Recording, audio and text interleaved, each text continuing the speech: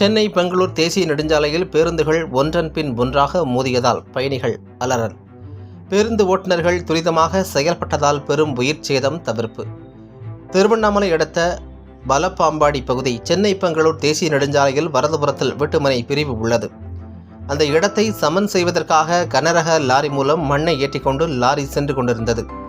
லாரியை தொடர்ந்து கார், பேருந்து, இருசக்கர வாகனங்கள் உள்ளிட்டவைகள் ஒன்றன் பின் ஒன்றாக வந்து கொண்டிருந்தது.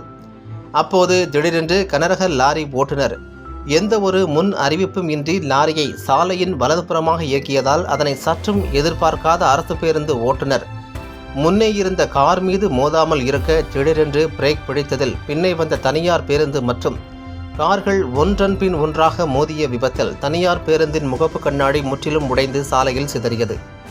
மேலும் இந்த 2 பேருந்துகளில் பயணம் செய்த குழந்தைகள், முதியவர்கள், பெண்கள் உள்ளிட்ட பயணிகள் அலறி அடித்துக்கொண்டு கீழே இறங்கியதால் பரபரப்பாக காணப்பட்டது. மேலும் அரசு பேருந்து ஓட்டுநர் கன நேரத்தில் துரிதமாக செயல்பட்டதால் பயணிகளுக்கு லேசான காயங்களுடன் உயிர் சேதம் தவிர்க்கப்பட்டது.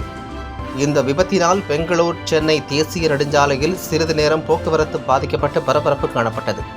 மேலும் இந்த விபத்துக்கு காரணமாய் இருந்த லாரி ஓட்டுநர் தனக்கு ஏதும் தெரியாதது போல் லாரியில் உள்ள மண்ணை மனையில் கொட்டி கொண்டிருந்தது அங்கிருந்த பொதுமக்களிடையே அதிருப்தியை ஏற்படுத்தியது.